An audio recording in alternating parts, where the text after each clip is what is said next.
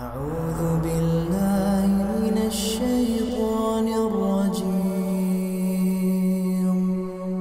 بسم الله الرحمن الرحيم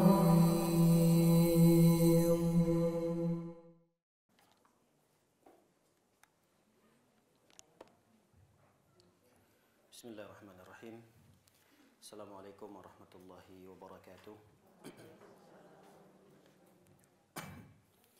Alhamdulillahi ala ihsani wa syukru lahu ala taufiqihi wa amtinani wa asyhadu an la ilaha illallah wahdahu la syarika la ta'dhiman li sya'nih wa asyhadu anna Muhammadan 'abduhu wa rasuluhu ad-da'i ila ridwani wa sallallahu sallam wa baraka alaihi wa ala alihi wa ashabihi wa ikhwani. Ma'asyiral muslimat, jamaah yang semoga selalu dalam lindungan dan penjagaan Allah Subhanahu wa taala. Marilah kita bersyukur kepada Allah Subhanahu wa taala atas limpahan nikmat yang tiada terhingga, yang dengannya alhamdulillah kita bisa berkumpul di salah satu rumah Allah yang kita cintai ini. Semoga apa yang kita lakukan pada pagi yang berbahagia ini diterima di sisi Allah Subhanahu wa taala dan berbuah pahala yang besar dan menjadi timbangan amal saleh yang berat kelak pada hari kiamat. Salawat beserta salam semoga tercurahkan selalu kepada Nabi kita tercinta, pada keluarganya, kepada para sahabatnya, dan kepada siapa saja yang mengikuti jalan beliau sampai hari kiamat. Semoga kita termasuk umat beliau yang selalu istiqomah di atas jalan yang diajarkan oleh Rasul sallallahu alaihi wasallam sampai kita meninggal dunia. Baik, para hadirin dimuliakan oleh Allah Subhanahu wa taala, kita melanjutkan kajian kita pada pembahasan kitab Al-Wajiz. Pada pertemuan yang lalu kita sudah menjelaskan tentang azan.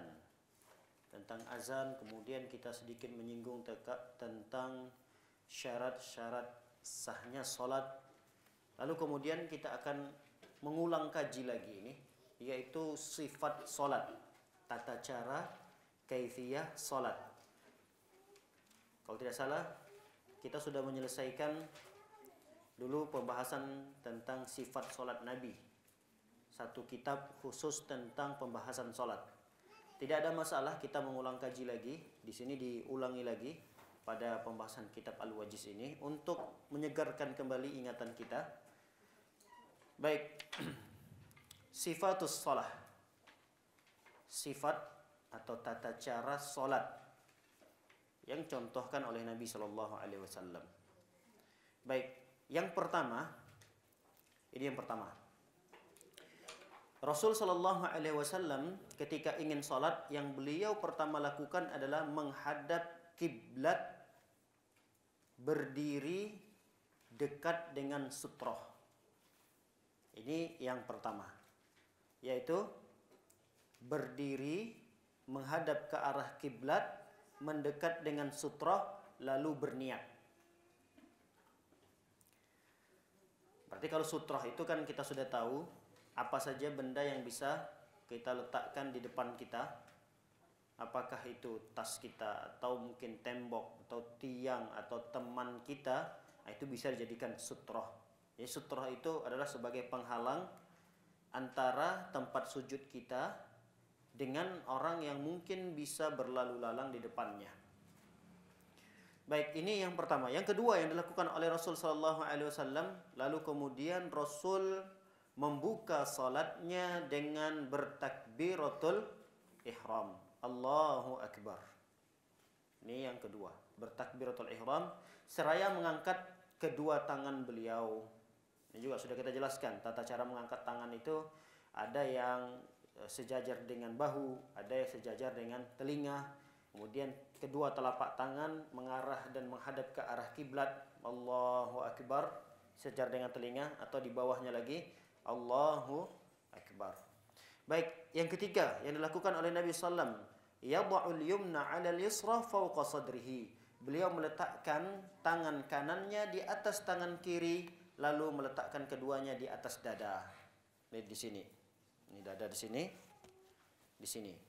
Tangan kanan di atas tangan kiri. Ini bisa begini, bisa begini, bisa begini, bisa juga begini. Baik. Yang keberapa sekarang? Yang keempat. thumma yarmi bi basarihi nahwal ar. Kemudian beliau meletakkan pandangannya itu ke al. Ar itu adalah ke bumi, tempat sujud. Jadi tidak melihat persis ke depan, apalagi ke kiri dan ke kanan, apalagi ke atas. Jadi meletakkan pandangan itu, tatapan matanya ke tempat sujud. Kemudian yang berikutnya, summa yastaftihul qira'ah bi ad'iyatin katsirah mutanawwi'ah yahmudullah ta'ala fiha wa yumajjiduhu wa yuthni alaihi. Yang berikutnya yang dilakukan oleh Nabi SAW, beliau membuka salatnya dengan membaca doa istiftah. Doa istiftah sangat banyak sekali jenisnya, macamnya. Inti daripada doa istiftah itu adalah memuji Allah, menyanjung Allah. Kemudian yang berikutnya, summa yasta'idzu billah ta'ala minasyaitonir rajim. Lalu kemudian setelah habis membaca doa istiftah, berikutnya kita berlindung kepada Allah dengan membaca a'udzubillah minasyaitonir rajim. Kemudian yang berikutnya, summa yaqra'u bismillahirrahmanirrahim wa la yajharu biha. Yang keberapa sekarang nih? Ketujuh, membaca basmalah, bismillahirrahmanirrahim. Wa la yajharu biha, tapi tidak dikencangkan. Suaranya tidak dikencangkan, hanya dilirihkan saja. Summa yaqra'ul Fatihah wa yaqta'uha ayatan-ayatan. Yang kedelapan, membaca Al-Fatihah dipotong sesuai ayatnya masing-masing. Jadi kalau satu ayat alhamdulillahirabbil alamin, berhenti di situ. Ar-Rahmanir Rahim, berhenti di situ. Lalu kemudian dilanjut setiap ayatnya. Jadi setiap ayat berhenti. Fa idzan taha minal Fatihah, setelah kita selesai membaca Al-Fatihah, qala amin. Nabi SAW mengucapkan kalimat amin. Wa yajharu, dikencangkan suaranya. Seperti kita baca Al-Fatihah tadi. Amin. Wa yamuddu biha sautahu, dipanjangkan bacaan amin. Jadi bukan amin, bukan. Amin. Baik. Yang ke-9. Summa yaqra'u ba'dal Fatihah suratan ghairaha. Setelah selesai membaca surah Al-Fatihah, membaca surah selain Al-Fatihah. Nah, surah apa saja? Surah pendek boleh, disunnahkan yang panjang. Terkadang Rasul SAW juga pernah membaca yang surah pendek. Tapi seringnya Nabi SAW membaca surah yang panjang. Minimal 30-50 ayat. Yang biasa dilakukan oleh Nabi SAW. Baik. Turunan daripada ini kita belum berpindah poin ya. Kita masih membahas turunan ini. Wa kana yajharu bil qira'ah fi sholati subuh. Nabi SAW itu menjaharkan bacaannya di salat subuh. Kemudian di 2 rakaat maghrib, 2 rakaat pertama isya. Nah, sisanya Nabi SAW tidak menjaharkan. Ya seperti umumnya yang kita lakukan. Zuhur, asar, kemudian rakaat ketiga dari maghrib, kemudian rakaat ketiga dan keempat dari salat isya. Nabi SAW tidak menjaharkan itu. Nabi SAW melirihkan suara pada salat-salat tersebut. Wa kana yajhar biha aidan. Adapun salat-salat yang biasa juga dijaharkan, dikeraskan suaranya oleh Nabi adalah salat Jumat, salat Idul Fitri dan Idul Adha, salat istisqa, salat meminta hujan, kemudian salat kusuf, salat gerhana matahari. Wa kana yaj'al raka'ataini akhirataini aqsar minal ulayaini qadran qadra 15 ayatan wa rubbama iktasara fihima 'ala al-Fatihah. Nah, biasanya Nabi SAW di 2 rakaat terakhir itu lebih pendek daripada 2 rakaat pertama. Misal kita salat zuhur. Makanya kadang kita ada melihat imam di 2 rakaat pertama itu sepertinya agak lama gitu dibandingkan 2 rakaat terakhir. Karena memang Nabi SAW mencontohkan itu. Rakaat pertama sepertinya kita baca Al-Fatihah tapi belum ada tanda-tanda takbir. Kita lanjutkan bacanya misalnya surah At-Tin. Kita sudah selesai baca surah At-Tin, kadang kita tambah lagi surah An-Nas. Baru kemudian imamnya ruku. Nanti di rakaat kedua kita habis baca Al-Fatihah, ternyata imamnya juga belum pindah kepada gerakan ruku. Kita baca lagi surah berikutnya. Nah, biasanya Nabi SAW juga melakukan hal tersebut. di 2 rakaat pertama, zuhur, asar, itu biasanya sholatnya lebih panjang, dan 2 rakaat terakhir dia lebih pendek. Setengahnya biasanya. Setengahnya. Kalau rakaat pertama itu Nabi SAW menyelesaikan bacaannya 1 menit, berarti di rakaat ketiga dan keempat setengah menit. Jadi setengahnya. Summa kana idza faragha minal qira'ah sakata saktatan. Ini yang ke-10. Ke-10 ya? Ya, yang ke-10 Nabi SAW setelah membaca surah Al-Fatihah, kemudian membaca surah setelah Al-Fatihah, Nabi diam sejenak. Diam dulu. Baru kemudian yang ke-11 Nabi SAW bertakbir seraya mengangkat kedua tangan, lalu kemudian beliau ruku. Jadi misal kita mau baca apa nih salat maghrib, di rakaat pertama kita surah Al-Kafirun misalnya. Surah Al-Kafirun. Nanti di akhir surah Al-Kafirun itu kita mengatakan lakum dinukum waliyadin. Nah, itu berhenti sejenak, berhenti, baru kemudian Allahu Akbar. Jadi tidak lakum dinukum waliyadin, Allahu Akbar. Jadi berhenti, lakum dinukum waliyadin, Allahu Akbar. Kayak ada jeda di situ. Seperti ada jeda di situ. Baik. Setelah Rasulullah SAW diam sejenak, baru kemudian yang ke-11 Nabi ruku, mengangkat kedua tangan seraya bertakbir Allahu Akbar. Wa kana yada'u kaffaihi ala rukbatayhi. Lihat bagaimana sifat rukuknya Nabi SAW. Sifat rukuk Nabi SAW, beliau meletakkan kedua telapak tangannya di atas lututnya. Ya, di atas lutut, bukan di atas betis. Bukan di atas tulang kering nih. Tulang kering yang di bawah betis, bawah lutut, bukan juga di paha. Kalau di paha sepertinya kayak orang malas gitu, kecuali memang lagi encok. Nah, lagi encok, lagi sakit pinggangnya, nggak bisa lurus begini, ya sudah, ada uzur berarti. Wa yufarriju baina asabi'ihi. Lalu Rasulullah SAW merenggangkan, seakan-akan mencengkram lututnya begitu.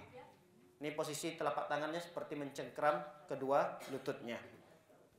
Wa yumakkinu yadayhi min rukbatayhi ka'annahu qabidun 'alaihima. Lalu digenggam agak seperti kencang genggaman itu di lututnya.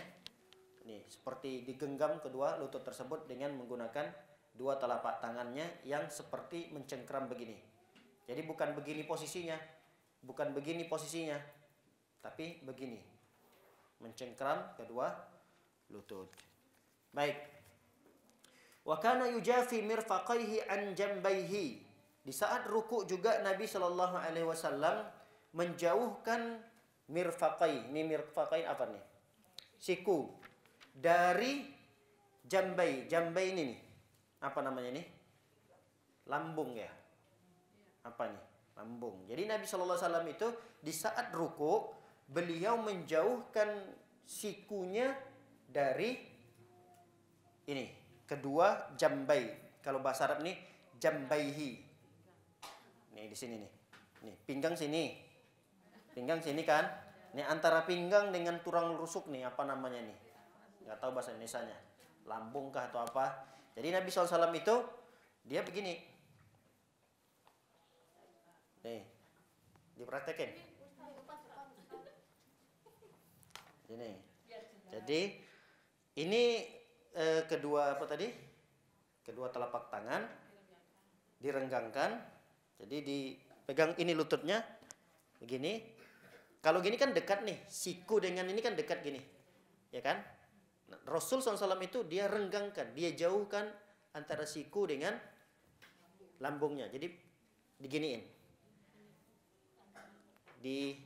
dikembangin, dibengkokin seperti busur panah begini, seakan-akan melengkung tangannya. Kalau ini lurus nih gini, tapi ini kan dekat jadinya, dekat lambungnya. Rasul SAW mencontohkan dijauhkan, diginiin, dijauhkan begitu. Ya. Terlihat ya? Baik.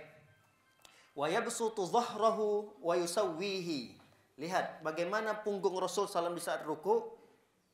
Nah, diceritakan bahwa punggung Nabi SAW itu rata. Rata itu berarti tidak begini. Tidak begini. Tidak juga begini. Jadi rata.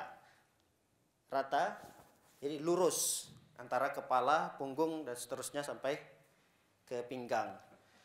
Hatta walau subba alaihi al-ma'u lastaqarra. Seakan-akan jika disiramkan air di atas punggung Nabi SAW, air itu tidak akan pergi ke sana, tidak akan pergi ke sini, dia tidak akan tumpah. Air itu seakan-akan saking lurusnya punggung Nabi SAW itu, kalau ditaruh air, ditumpahkan air, dia akan menetap air di situ. Saking lurus dan ratanya. Wa kana yatma'innu fir ruku'ihi. Kemudian Nabi SAW ada ketenangan, tama'nina di saat ruku', tidak terburu-buru. Tidak Allahu Akbar, belum baca subhanallahil azimnya, udah sami Allahu liman hamidah. Ini namanya tidak tama'nina. Nabi ketika ruku' beliau tama'nina. Wa yaqul, dan beliau mengucapkan subhana rabbiyal azim. Dalam riwayat yang lain subhana rabbiyal azimi wa bihamdi. Dibaca 3 kali. Wa kana yaqulu fi hadzal rukni anwa'an minal adhkar wal adhiya.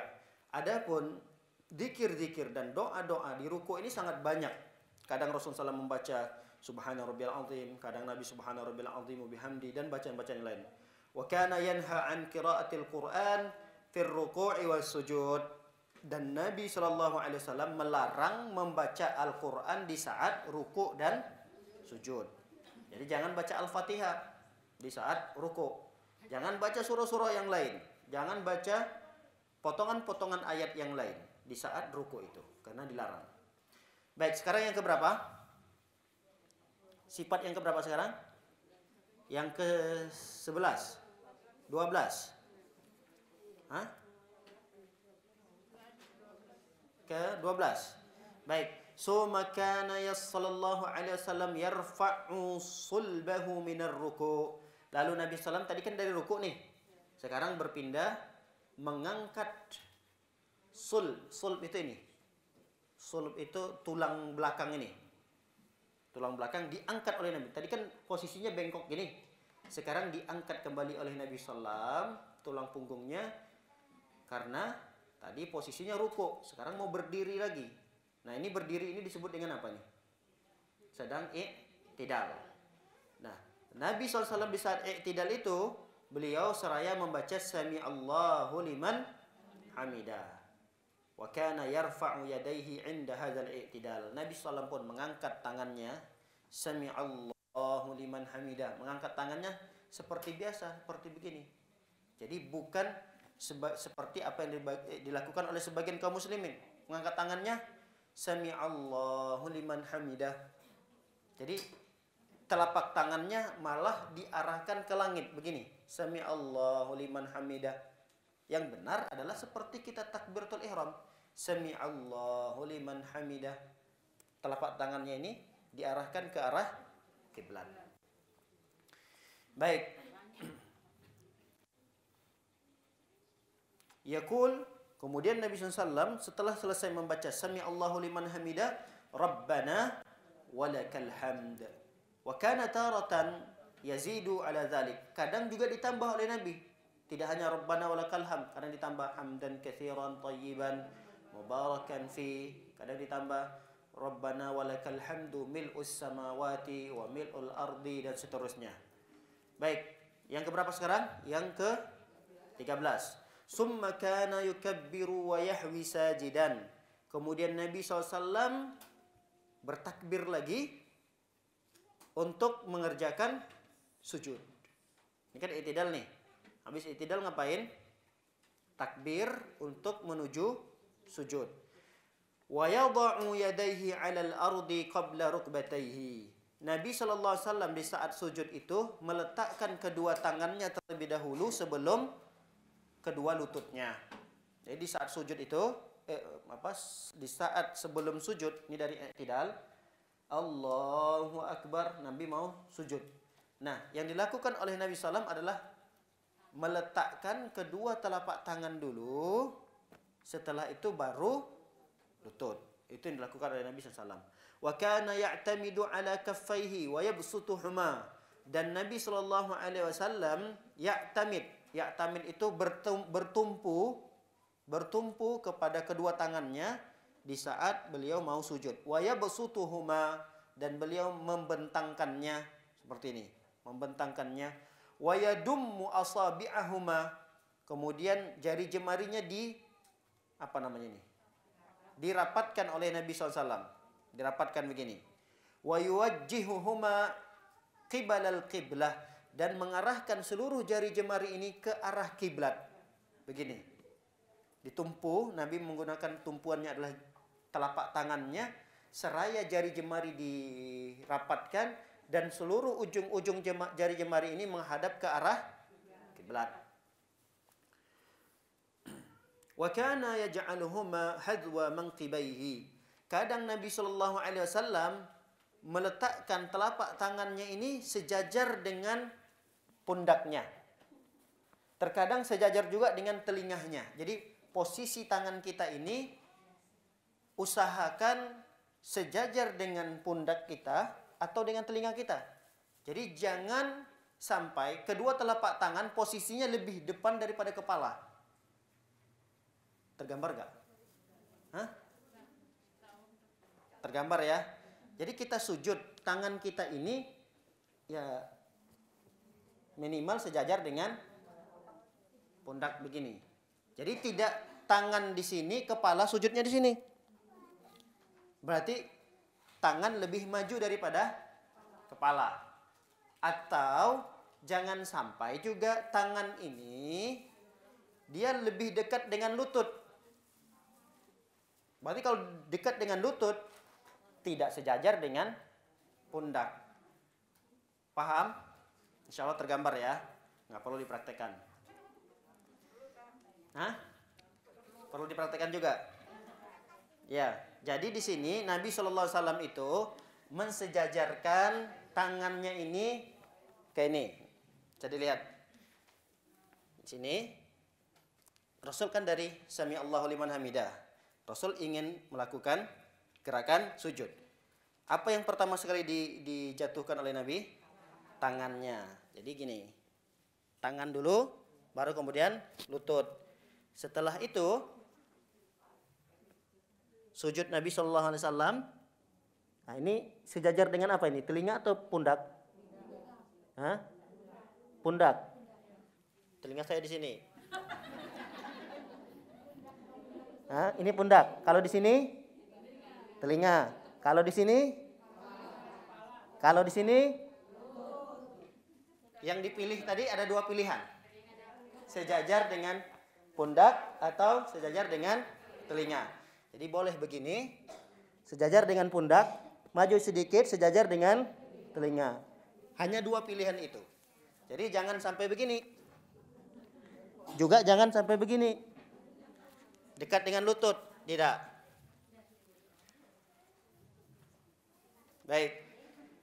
Setelah itu ngapain? Saat sujud itu Nabi SAW wa yumakkinu anfahu wa jabhatahu minal ard. Rasul SAW benar-benar menempelkan hidung dan jidat atau kening di lantai, ditempelkan. Jangan agak-agak kayak nempel, enggak. Ditempelkan betul-betul, jangan takut pesek. Hidungnya ditempelkan betul. Ustadz, kalau ditempelkan kalau takutnya pesek, enggak sampai pesek. Pokoknya ditempelkan begitu. Jangan sampai hidung itu agak kayak nempel atau enggak nempel ya gitu. Kayaknya agak gantung gitu. Nah, jangan sampai karena itu nanti akan merusak sholatnya. Bahkan ada ulama yang memfatwakan sholatnya terancam tidak sah. Ada yang sampai tegas mengatakan sholatnya terancam tidak sah. Tapi ada sebagian mengatakan kalau dia sedikit nyentuh, sedikit antara nyentuh sama nggak nyentuh. Kadang-kadang nyentuh sedikit terus terangkat lagi, nah ini bisa merusak kualitas sholatnya. Baik, wa kana yaqul, Nabi SAW pun bersabda, apa kata Nabi? Umirtu an asjuda ala sab'ati a'zum ala al-jabha wa asyara biyadihi ala anfihi wal yadaini wal rukbataini wa atrafil qadamain. Nabi SAW mengatakan, aku diperintahkan oleh Allah untuk sujud dengan menggunakan 7 anggota sujud. Apa 7 anggota sujud? Nabi SAW memberikan isyarat jabha. Jabha itu sekaligus hidung. Karena Nabi mengatakan jabha. Tapi Nabi SAW mengisyaratkan hidung. Sekaligus hidung. Berarti ini menjadi satu hitungan. Ini satu nih anggota sujud. Yang kedua dan yang ketiga adalah kedua telapak tangan. Berarti 3 anggota. Kemudian keempat dan yang kelima adalah kedua lutut. Yang keenam dan yang ketujuh adalah jari jemari. Kata Nabi SAW, wa atrafil qadamain. Atraf itu ujung jemari kaki. Ujung-ujung jemari kaki. Itu harus menyentuh di tempat sajadah. Kalau kita pakai sajadah, kalau kita sholat di lantai ya, di dekat lantainya itu tuh menyentuh. Jangan sampai terangkat. Kecuali kalau dia punya jari kaki itu yang paling pendek, apa namanya? Yang kelingking. Kecuali memang susah, udah ditekan begitu pun dia masih gantung gitu. Nah itu aja, nggak usah dipaksakan. Tapi kalau dia masih bisa menyentuh, jari kelingkingnya itu disentuh di lantai, dia harus disentuhkan. Jangan diangkat. Karena ada sebagian orang sholatnya malah kedua kakinya masih gantung. Jadi tidak benar-benar menyentuh. Tidak benar-benar menyentuh seperti begini. Ini harus begini. Nih.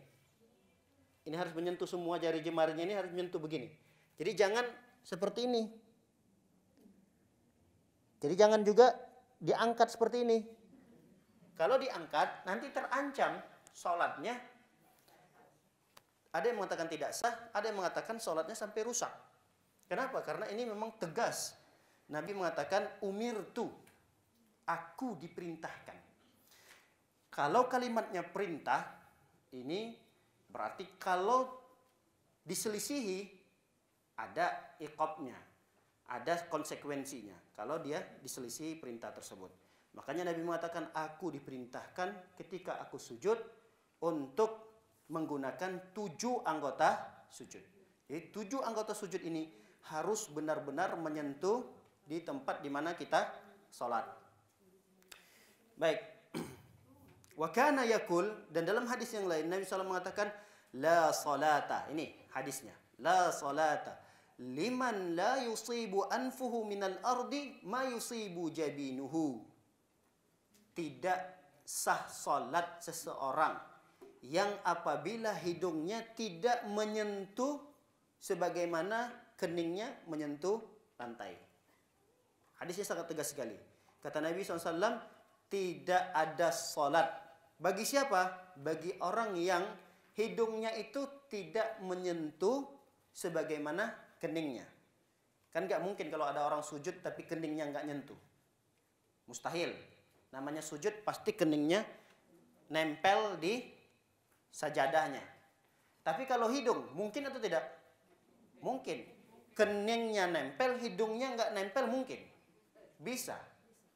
Dan kebanyakan kalau kita kadang melihat, itu terjadi. Banyak kita melihat bahwa sebahagian mereka itu hidungnya nggak nempel.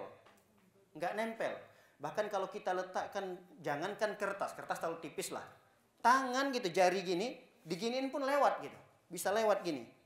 Saking jauhnya antara hidung dengan tempat sujud itu. Nggak nempel. Nabi mengatakan nggak ada sholat buat mereka. Nah, nggak ada sholat di sini. Ada yang menafsirkan nggak sah sholatnya. Nggak sah sholatnya. Jika hidungnya ini tidak menempel ke tempat sujud sebagaimana kening. Sebagaimana kening menempel di tempat sujud. Berarti hidung itu ditempelkan sebagaimana kita menempelkan jidat kita. Jadi jangan takut tadi sampai rusak hidungnya. nggak sampai seperti itu insya Allah. Baik, Ustadz, kadang-kadang kalau ditempelkan seperti menempelkan jidat bisa rusak, karena kan ada orang sampai sujud itu hitam. Nah, dia takut nanti hidungnya juga hitam seperti jidatnya. Yang nempel itu nggak mesti harus sampai hitam. Kalau ada yang sampai hitam, alhamdulillah, menunjukkan bahwa orang tersebut sering dan lebih banyak sujudnya. Tapi tidak mesti orang yang sholat itu harus gitu. Nggak mesti dan nggak harus hitam jidatnya dan hitam juga hidungnya, enggak. Nanti kayak Simeon, pernah dengar Simeon? Kayaknya dulu waktu masih SD itu sering mendengarkan itu, cerita-cerita itu. Ketika mencuri kerak nasi katanya Simeon itu. Jadi kena kerak nasinya di hidungnya ini. Nah, enggak seperti itu, enggak sampai seperti itu. Baik. Wa kana yatma'innu fi sujudihi. Di saat Nabi sujud itu Rasul sallallahu alaihi wasallam tuma'nina. Tuma'nina seraya mengucapkan zikir atau bacaan di saat sujud yang berbunyi subhana rabbiyal a'la. Dibaca sebanyak 3 kali. Wa kana yaqul, dan terkadang Nabi sallallahu mengucapkan doa-doa yang lain yang dianjurkan di saat sujud. Kadang Rasulullah menggunakan doa ini, kadang yang lain dan seterusnya. Dan dianjurkan sekali untuk memperbanyak doa di saat sujud. Baik, sekarang yang keberapa?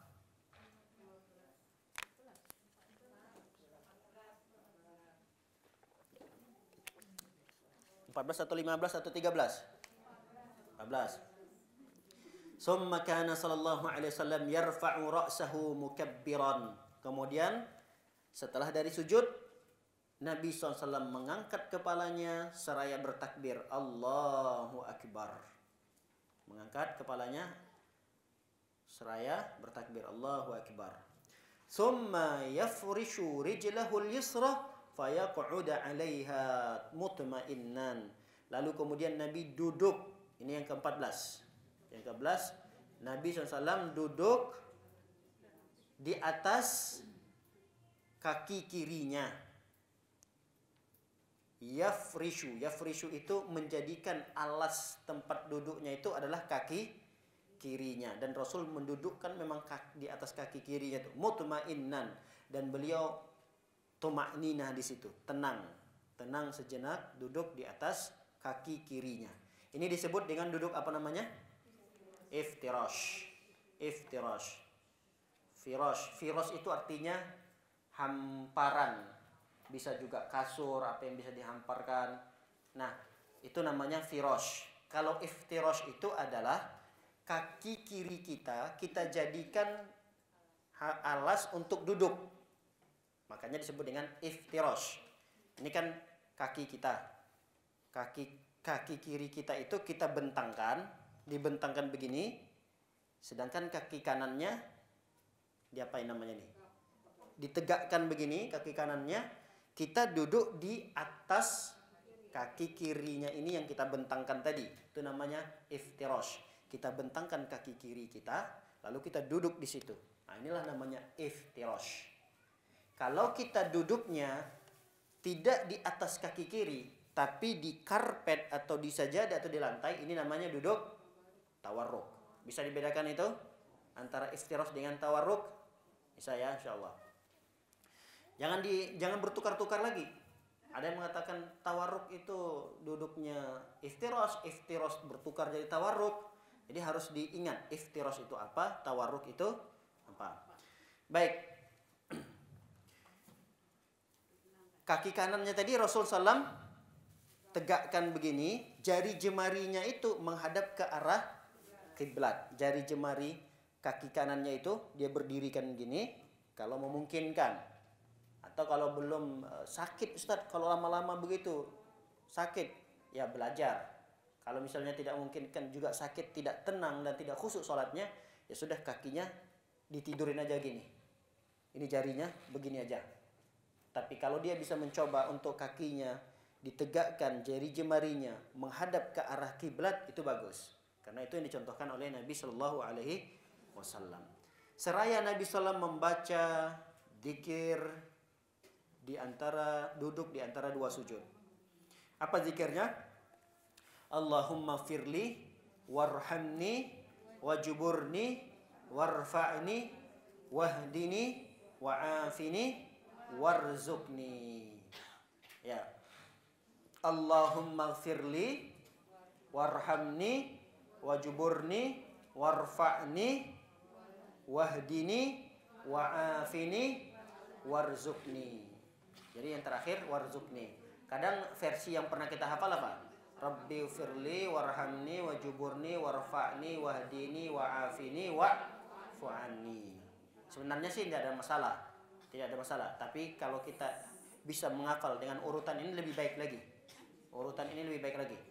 Allahumma ghfirli warhamni wajuburni warfa'ni wahdini wa'afini warzuqni. Warzuqninya terakhir. Ustaz terlalu panjang, bolak-balik bertukar-tukar kemana-mana. Ya udah cukup. Rabbi firli juga cukup. Rabbi firli cukup. Tapi kalau kita mau panjang, Allahumma firli warhamni wajuburni warfa'ni wahdini wa'afini warzuqni. Baik. Yang ke-15. Yang ke-15 itu pernah 16. Ya, yang penting yang sekian angkanya lah. Summa yukabbiru, kemudian Nabi bertakbir wa yasjudu sajadatas tsaniyatal kalula. Lalu Nabi sallam sujud dengan sujud yang kedua, ya kan? Sekarang sujud yang kedua kan? Tadi kan duduk di antara dua sujud nih. Setelah itu sujud yang kedua. Lakukan sujud kedua itu seperti kita sujud pertama tadi. Bagaimana posisi anggota sujudnya, di mana kita letakkan posisi tangannya. Nah, itu lakukan hal yang sama pada sujud yang kedua. Tidak ada bedanya. Summa yarfa'u ra'sahu mukabbiran. Yang berikutnya, yang ke-16. Mengangkat, kemudian Rasul mengangkat kepalanya seraya bertakbir. Summa yastawi qa'idan, setelah Nabi SAW duduk ala rijlihil yusra, di atas kaki kirinya, hatta yarji'u kulla 'azmi ila mawdi'ihi, sampai tulang-tulang beliau itu kembali pada posisinya. Lalu kemudian yang berikutnya, yang angka keberapa? Yang ke-16, 17 atau berapa? Summa yadhadu, Nabi pun bangun dari duduknya tadi. Tadi kan duduk kan ya? Dari sujud nih. Habis sujud yang kedua, Rasul mengangkat kepalanya seraya mengucapkan takbir Allahu Akbar, duduk dulu. Jadi begini. Ini sujud yang kedua. Sujud yang kedua. Nabi sallallahu alaihi wasallam bertakbir Allahu Akbar, duduk, baru kemudian beliau berdiri, bangun. Bisa dipahami? Jadi duduk dulu. Rasul mengangkat kepalanya Allahu Akbar, duduk beliau sejenak, lalu kemudian berdiri, tegak berdiri. Dan lakukan rakaat yang kedua sama seperti kita melakukan rakaat yang pertama. Tidak ada bedanya. Perbedaannya adalah di akhir rakaat kedua kita ada duduk tasyahud. Kenapa? Tasyahud. Jadi di rakaat kedua itu beda dengan rakaat pertama. Kalau rakaat pertama nggak ada duduk tasyahudnya. Jadi rakaat pertama, kedua itu sama. Yang membedakan di rakaat kedua itu di akhir rakaat kedua kita duduk tasyahud.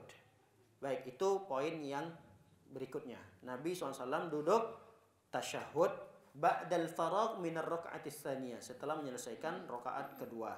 Fa idza kanatis shalah, jika salatnya itu 2 rakaat, maka Rasul SAW duduknya muftarishan, duduk iftirash. Kalau salatnya berapa rakaat? 2 rakaat. Apa misalnya salat 2 rakaat? Salat subuh, salat qabliyah, salat ba'diyah, salat duha. Pokoknya salat yang dikerjakan 2 rakaat salam, 2 rakaat salam. Biasanya Nabi SAW duduknya dengan iftirash. Duduk iftirash tadi sudah paham ya? Menjadikan kaki kirinya sebagai alas tempat duduknya. Kaki kirinya itu dibentangkan, habis dibentang dia duduk di atas kaki kirinya tersebut. Itu namanya iftirash. Itu biasa dilakukan oleh Nabi di setiap sholat yang 2 rakaat. Kama kana yajlisu baina sajdatain. Ini tidak ada bedanya pada posisi duduk di antara 2 sujud.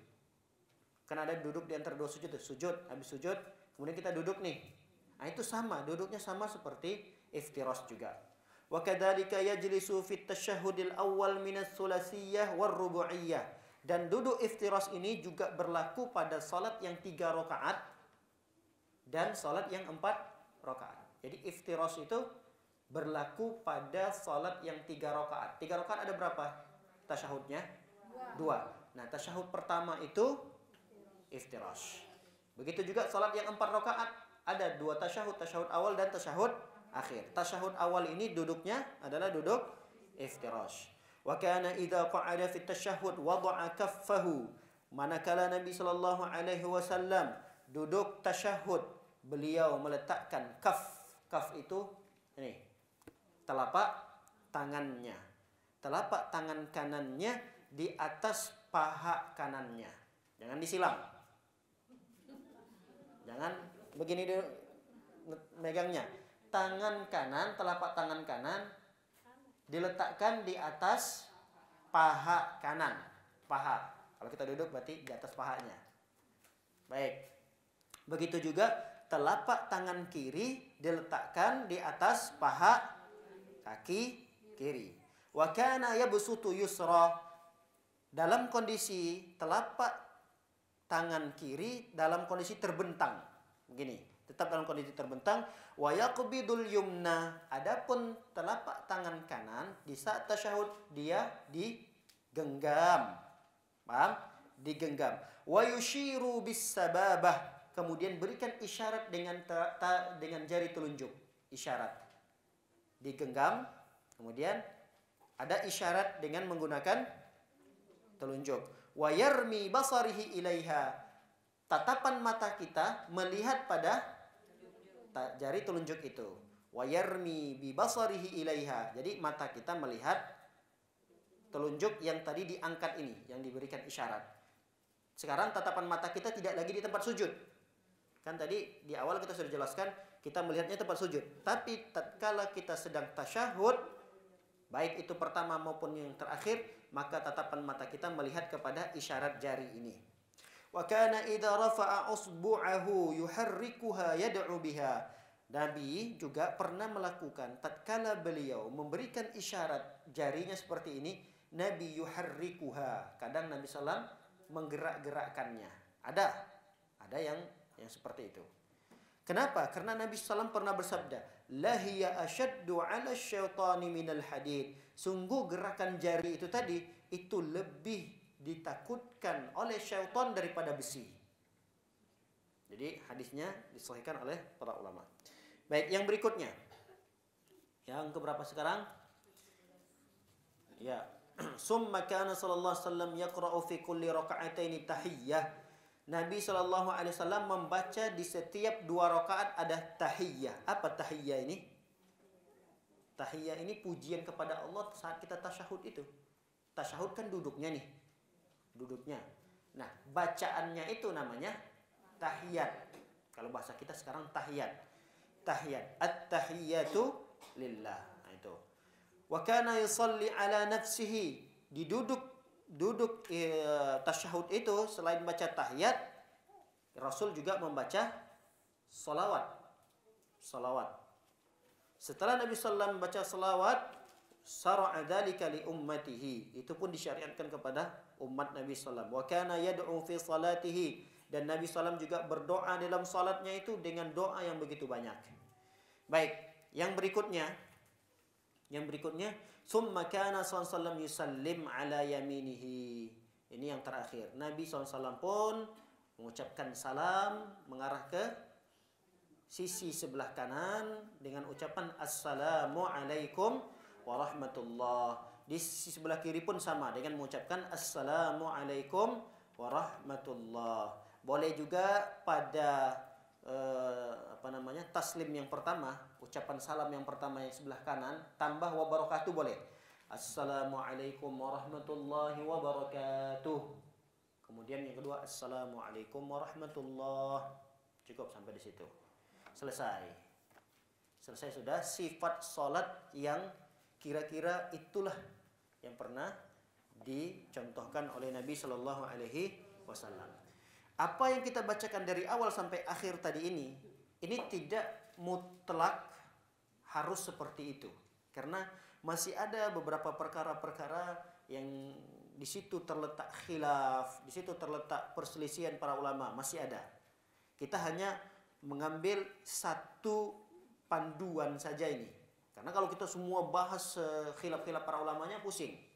Maka saya hanya mengambil satu saja dari apa yang dituliskan oleh penulis. Saya tidak mengambil ada pendapat ulama Syafi'iyah, Malikiyah dan seterusnya. Karena itu akan memberatkan kita, nggak cukup waktunya untuk menyelesaikan 2 rakaat sholat aja udah nggak cukup. Nggak cukup untuk membahas itu.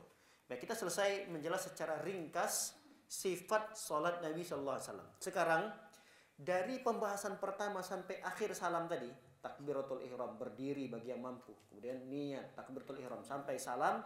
Nah, mana rukunnya, mana wajibnya, mana sunnahnya? Ini perlu kita ketahui. Karena yang kita baca tadi dari awal sampai akhir itu penjelasan secara global saja. Nah, bagaimana merinci mana rukunnya, mana wajib-wajibnya, mana sunnah-sunnahnya, maka ada pembahasan khusus lagi, yaitu rukun-rukun salat. Baik, kita akan jelaskan mana rukun-rukun salat. Yang pertama, perlu kita ingatkan bahwa rukun salat itu ketika tidak dikerjakan berarti salatnya tidak sah. Itu perlu menjadi catatan yang besar bagi kita, bahwa jika salah satu dari rukun salat tidak dikerjakan, maka salatnya tidak sah. Baik, rukun yang pertama, takbiratul ihram. Takbiratul ihram. Takbiratul ihram ini takbir pembukaan salat. Apa arti ihram? Ada yang masih ingat ihram? Apa arti ihram?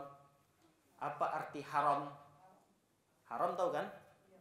Haram itu ya haram, nggak boleh gitu. Nah, takbiratul ihram itu adalah takbir yang akan mengharamkan. Nah, itu ihram itu yang akan mengharamkan yang tadinya halal. Sebelum sholat boleh ngobrol nggak kita? Boleh. Jangan kan ngobrol, ketawa-ketawa juga nggak apa-apa. Silahkan. Sebelum sholat boleh minum nggak? Boleh makan? Nah, setelah takbir Allahu Akbar, ini namanya takbiratul ihram. Ihram itu artinya adalah mengharamkan. Takbir yang kita bacakan itu adalah takbir di mana yang tadinya halal menjadi haram.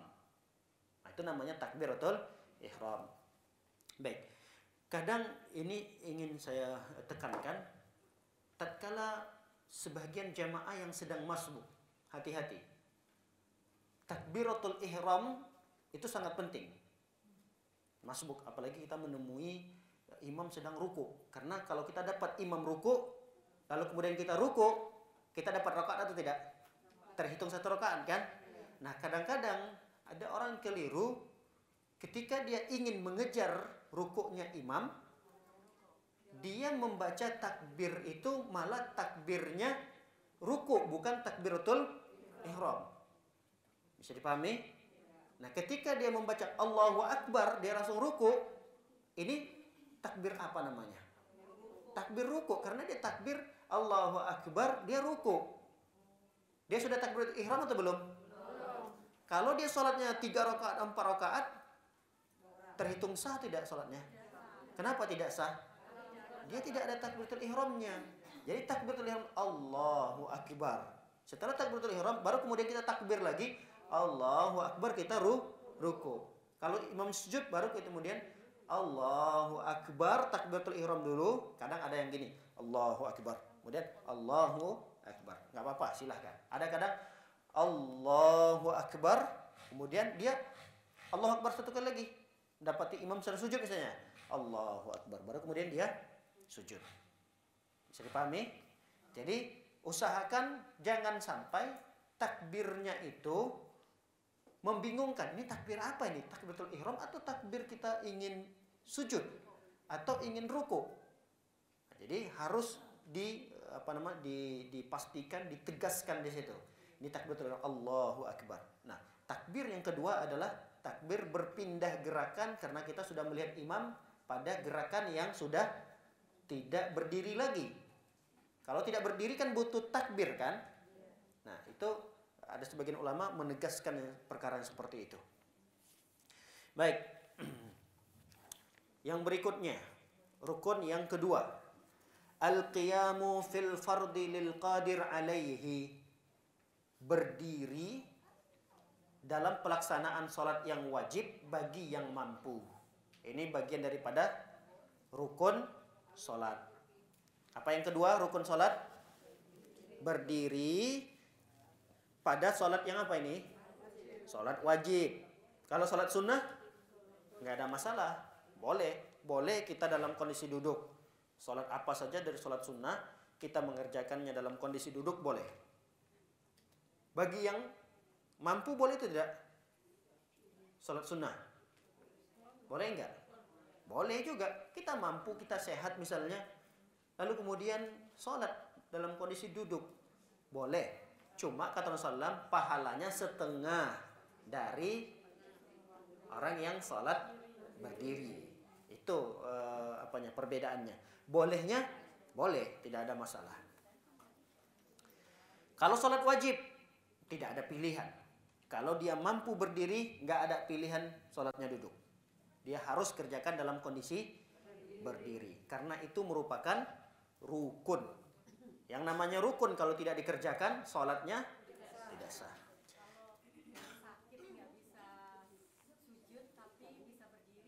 Berdirinya tetap berdiri. Tetap berdiri, sujudnya yang tidak bisa.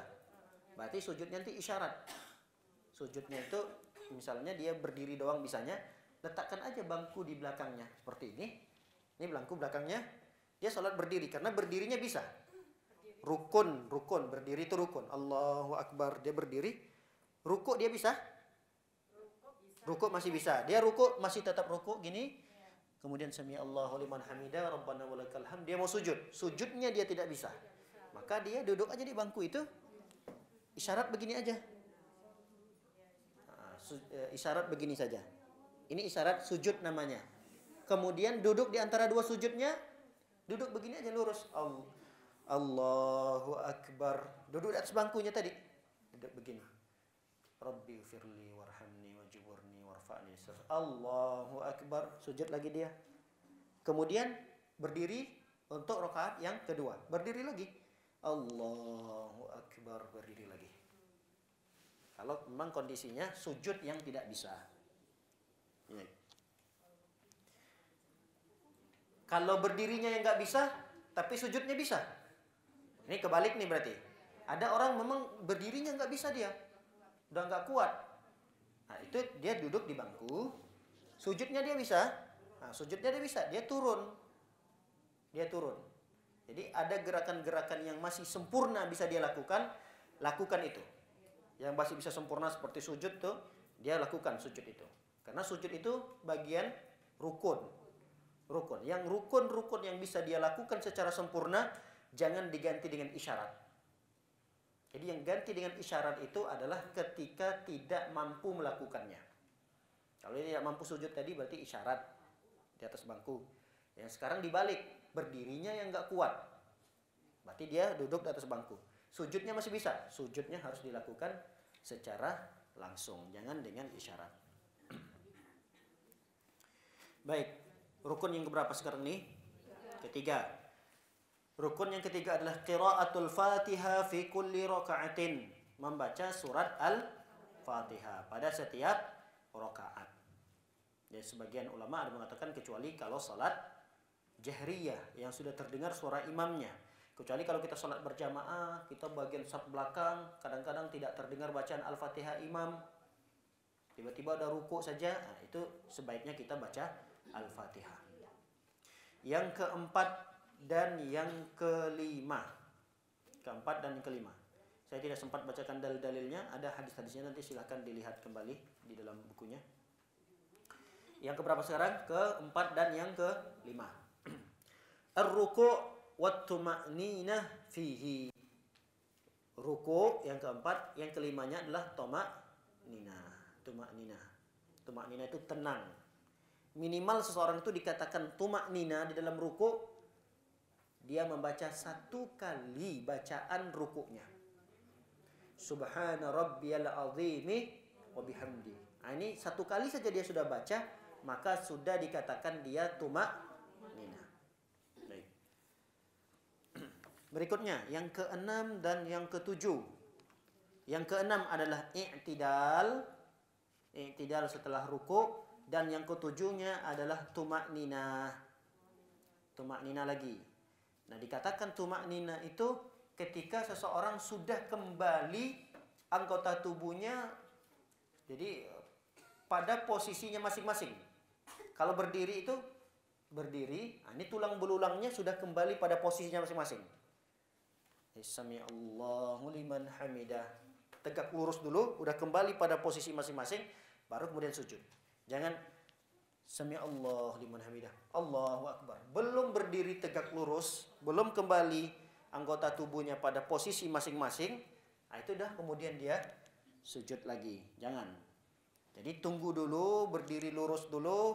Kalau diperkirakan sudah anggota tubuh kita berdiri persis posisi anggota tubuhnya pada tempat masing-masing, nah baru kemudian dia boleh sujud. Baik, yang ke-8 dan yang ke-9 sujud. Yang ke-8 sujud, yang ke-9-nya adalah tuma'ninah lagi. Tenang dalam mengerjakan sujudnya. Yang ke-10 dan yang ke-11, al-julusu bainas sajadatain wa tuma'ninah fi. Yang ke-10 adalah duduk di antara 2 sujud. Yang ke-11-nya tuma'ninah lagi. Sekarang yang ke-12, at-tasyahhudul akhir. Tasyahud akhir. Tasyahud akhir. Baik. Adapun bacaan tasyahud di sini yang dituliskan oleh beliau di sini adalah bacaan tasyahud yang paling sahih. Semuanya sahih. Sahih. Namun beliau sebutkan di sini yang paling sahihnya. Baik, seperti apa bunyinya? Sebagaimana hadis Ibnu Mas'ud. Ini hadisnya diriwayatkan oleh Ibnu Mas'ud radhiyallahu taala anhu. Apa kata Ibnu Mas'ud? Allamani Rasulullah sallallahu alaihi wasallam at-tasyahhud. Aku pernah diajarkan oleh Nabi tasyahhud. Kaffi baina kaffaihi. Aku duduk ketika itu, aku letakkan kedua tanganku di antara kedua tangan Nabi sallallahu alaihi wasallam. Saking dekatnya duduknya itu antara murid dengan guru, Ibnu Mas'ud dengan Nabi Muhammad SAW. Biasa orang duduk taruh tangan di atas lantai begini. Nah, kedua tanganku itu, kata Ibnu Mas'ud, berada di antara kedua telapak tangan Nabi SAW. Kama yu'allimuni. Nabi SAW mengajarkanku tasyahud sebagaimana beliau mengajarkan aku surah dari Al-Quran. Bagaimana bunyi tasyahudnya itu? At-tahiyyatu lillah was-salawatu wat-tayyibat. Ini yang pertama. Yang pertama, kita tahiyat dulu, memuji Allah dulu. At-tahiyyatu lillah was-salawatu wat-tayyibat. Kan ada yang lain kan ya? Ada yang berbunyi at-tahiyyatu lillah, at-tahiyyatul mubarakatus salawatut tayyibatu lillah. Ada yang seperti itu. Itu sahih juga, sahih. Bukan tidak sahih, sahih. Kita membacakan, kata penulis mengatakan yang lebih sahih di dalam periwayatan ini adalah hadis Ibnu Mas'ud. Ya, kadang-kadang kita boleh baca yang ini, boleh baca itu, silahkan, tidak ada masalah. Tapi kita pengen hafalin ini dulu nih. Hafalin ini dulu ya. Ingat, yang pertama tadi kita baca at-tahiyyatu lillah was-salawatu wat thayyibat. Itu yang pertama. Kita udah puji Allah. Setelah kita puji Allah, kita mengucapkan salam kepada Nabi Shallallahu Alaihi Wasallam. Ini yang kedua. Kita mengucapkan salam dengan ucapan Assalamu alaika ayyuhan nabiyyu wa rahmatullahi wa barakatuh. Udah, salam kepada Rasul udah. Sekarang yang ketiga, kita mengucapkan salam untuk diri kita dan untuk orang yang soleh. Assalamu alaina. Kita mendoakan diri kita sendiri dulu. Setelah kita mendoakan Nabi tadi, mengucapkan salam. Assalamu alaika ayyuhan nabiyyu wa rahmatullahi wa barakatuh. Yang ketiga, doakan diri kita. Assalamu alaina. Setelah itu baru kita doakan orang-orang soleh. Wa ala ibadillahis salihin. Makanya ini keutamaan orang-orang soleh dan berteman dengan orang-orang soleh. Kita selalu mendapatkan doa orang-orang yang sholat. Kalau kita berusaha untuk menjadi orang yang soleh dan soleha. Kenapa? Karena setiap kali mereka sholat, kita dapat doanya. Assalam ini kan luar biasa terjemahan dan artinya. Assalam. Apa dia assalam? Keselamatan, kesejahteraan. Buat kita dulu doakan diri sendiri. Baru untuk siapa? Untuk hamba-hamba Allah yang soleh. Siapapun hamba-hamba Allah yang soleh. Baik itu masih hidup maupun yang sudah mati. Meninggal dunia. Jadi mereka-mereka yang sudah meninggal dunia dalam kondisi soleh, sampai saat ini masih kita doakan. Masih kita doakan mereka-mereka yang meninggal dalam kondisi soleh. Setiap kali kita sholat, Assalamu alaika ayyuhan nabi wa rahmatullahi wa barakatuh. Assalamu alaina wa ala ibadillahi salihin. Yang keberapa tadi nih? Yang ketiga. Yang keempat, baru kemudian kita mengucapkan dua kalimat syahadat. Apa itu? Asyhadu an la ilaha illallah. Cukup sampai di situ. Kemudian wa asyhadu anna Muhammadan. Nah, ini ada tambahannya. Tidak Rasulullah langsung, tidak. Tambah abduhu wa rasuluh. Jadi kalimat syahadatainnya yang pertama cukup asyhadu an la ilaha illallah. Yang kedua tambah abduhu wa asyhadu anna Muhammadan abduhu wa rasuluh. Baik, itu tasyahud yang diriwayatkan oleh Ibnu Mas'ud. Ada riwayat yang lain mengatakan asyhadu an la ilaha illallah wahdahu la syarikalah. Tapi di riwayat ini tidak ada. Jadi banyak versi-versi riwayatnya dan semuanya sahih. Sahih, tidak ada masalah. Cuma kalau kita bisa hafal mati dulu yang ini, hafal dulu yang ini. Nanti kalau kita sudah hafal betul-betul lancar ini, kita berpindah kepada doa tasyahud yang lain. Bagus, tidak ada masalah. Jadi kita punya hafalan yang banyak terkait dengan bacaan tahiyat ini. Tapi kalau kita mau hafal satu ini dulu, hafalkan ini dulu.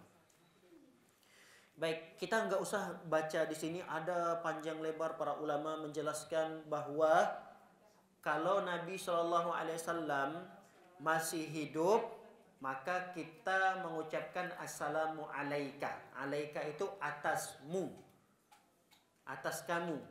Kamu itu ada dan dia masih hidup. Itu kamu. Paham ini?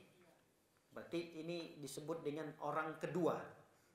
Jadi kalau Nabi SAW, ini khilaf para ulama ini, dijelaskan panjang lebar di sini. Saya tidak bacakan keseluruhannya, tapi ringkasan intinya adalah ada khilaf para ulama mengatakan kalau Nabi masih hidup, iya baca assalamu alaika ayyuhan nabiyyu wa rahmatullahi wabarakatuh. Tapi ketika Nabi sudah meninggal dunia, jangan pakai alaika lagi, jangan pakai k-nya itu, langsung ke Nabi. Assalamu ala nabi atau assalamu ayyatuhan nabi, boleh juga. Ada yang mengatakan ya langsung kepada Nabi SAW. Assalamu ayyuhan nabi. Assalamu ayyuhan nabi juga boleh. Alan nabi, ada kalimat alanya. Assalamu alan nabi wa rahmatullah wa barakatuh. Jadi alaika, k-nya itu dihilangkan. Karena kalau k itu kamu itu berarti ada dan masih hidup. Cocok para sahabat membaca ini. Assalamu alaika. keselamatan, kesejahteraan buatmu, wahai Nabi. Ketika itu ada Nabi. Nah, lalu kemudian ketika Nabi meninggal, lalu kemudian K-nya itu dihilangkan menjadi langsung ke Nabi. Assalamu ala nabiyyi wa rahmatullahi wa barakatuh. Ada khilaf panjang di antara para ulama dalam masalah ini. Wallahu alam bisawab. Pendapat yang saat ini saya kuatkan, kita tetap membaca apa yang diajarkan oleh Nabi SAW. Baik itu Nabi SAW masih hidup maupun meninggal dunia. Karena Nabi nggak pernah berwasiat, kalau saya meninggal dunia, K-nya ini nanti diganti ya, langsung ke Nabi ya. Nggak ada. Ini hanya ijtihad para ulama saja. Ijtihad para ulama. Jadi kalau kita masih tetap menggunakan lafaz-lafaz yang diajarkan oleh Nabi, walaupun sudah meninggal dunia, nggak ada masalah. Jadi assalamu alaika ayyuhan nabiyyu wa rahmatullahi wabarakatuh. Baik, ini yang keberapa tadi nih? Tahiyat ini yang ke-12. Sekarang yang ke-13. Kita termasuk rukun nih kan, masih rukun kita kan? Masih rukun. Rukun yang ke-13 yaitu membaca salawat kepada Nabi. Salawat kepada Nabi. Beda tadi, kalau tadi kan salam ya. Ini salam. Dalam tahiyat tadi kan ada 4 terkandung itu dalam tahiyat. Pertama tahiyat, kedua salam kepada Nabi, ketiga salam buat kita dan orang yang soleh, yang keempat kita membaca tasyahud, syahadatain, yaitu mengucapkan 2 kalimat syahadat. Sekarang rukun yang ke-13 adalah bersolawat kepada Nabi Sallallahu Alaihi Wasallam ba'da tasyahudil akhir, dan ini ditekankan pada tasyahud akhir. Kalau di tasyahud awal, nah itu ada mengatakan tidak sampai kepada rukun. Tasyahud awal itu kalau dia nggak baca selawat, itu sholatnya dianggap masih tetap sah. Ada sebagian ulama mengatakan begitu. Tapi kalau di tasyahud akhir nggak boleh, mesti harus ada selawat kepada Nabi. Kenapa? Karena ini adalah bagian daripada rukun. Ingat, di tasyahud akhir jangan sampai terlewatkan selawat kepada Nabi Sallallahu Alaihi Wasallam. Baik, di antara selawat yang dianjurkan adalah selawat yang diajarkan oleh Nabi Sallallahu Alaihi Wasallam dalam hadis yang diriwayatkan oleh Imam Bukhari, Imam Muslim, Imam Tirmizi, Imam Abu Dawud, Imam Ibnu Majah. Banyak yang meriwayatkan hadis ini.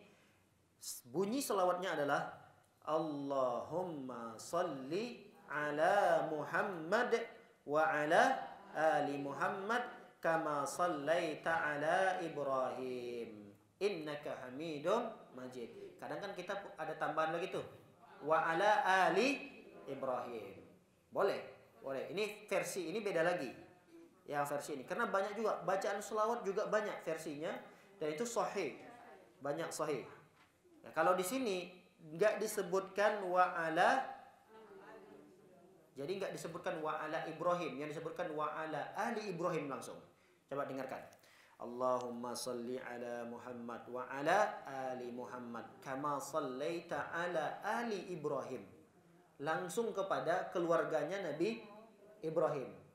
Kalau yang biasa kita hafalkan Allahumma salli ala Muhammad wa ala ali Muhammad kama sallaita ala Ibrahim dulu, baru kemudian wa ala ali Ibrahim. Kita berselawat dulu untuk Nabi Ibrahim, baru kita berselawat untuk keluarga Nabi Ibrahim. Kalau di riwayat ini langsung ke keluarganya saja, Ibrahimnya enggak. Jadi Allahumma salli ala Muhammad wa ala ali Muhammad kama sallaita ala ali Ibrahim innaka Hamidum Majid. Begitu juga doa keberkahan. Allahumma barik ala Muhammad wa ala ali Muhammad kama barakta ali Ibrahim. Jadi langsung kepada keluarganya Ibrahim. Ya, tidak ada masalah ibu-ibu sekalian yang sudah menghafal ada tambahan Ibrahimnya silahkan, karena juga itu hadisnya sahih. Baik. Yang terakhir dari rukun ini adalah assalam, mengucapkan salam. disebut dengan tahlil. Disebut dengan tahlil. Tahlilnya salat itu adalah salam. Apa itu tahlil? Tahlil itu satu akar kata dengan halal. Halal, tahlil. Haram, apa tadi? Ihram. Haram, kalau dalam salat ada namanya ihram, takbiratul ihram. Nah, kan selama kita sholat tadi setelah Allahu Akbar, haram yang tadinya halal. Nah, kemudian dihalalkan kembali. Namanya tahlil. Dihalalkan lagi. Kapan penghalalannya? Setelah kita mengucapkan Assalamualaikum warahmatullah. Assalamualaikum warahmatullah. Baik. Poin yang berikutnya adalah wajibnya sholat. Ada wajib-wajibnya sholat. Cuma pembahasannya lumayan. Ada 2, 3. Ada berapa poin? Wajibnya sholat. Baik. Ada 3 kalau tidak salah di sini. 4. Hah? Ada berapa di buku ibu? Banyak ini. Itu sunnah-sunnahnya sholat bukan? Hah? Wajib-wajibnya sholat.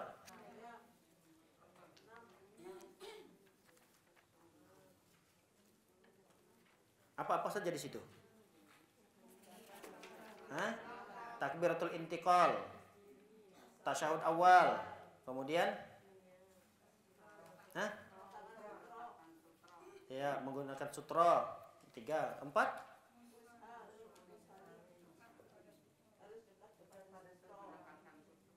Itu yang keberapa?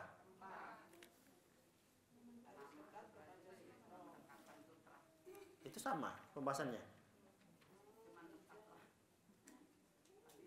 Kalau yang keempat mendekat dengan sutra, tapi itu menjadi poin nomor 4 gitu. Nomor 5-nya apa? Itu bukan bagian daripada wajib sholat. Itu bagian larangan orang yang melewati, orang yang sedang sholat. Kalau di buku saya malah cuma 3. Jadi yang ibu-ibu sebutkan tadi itu bagian daripada nomor 3 sebenarnya. Tapi saya nggak tahu terjemahannya itu di bagian nomor 4, nomor 5 gitu.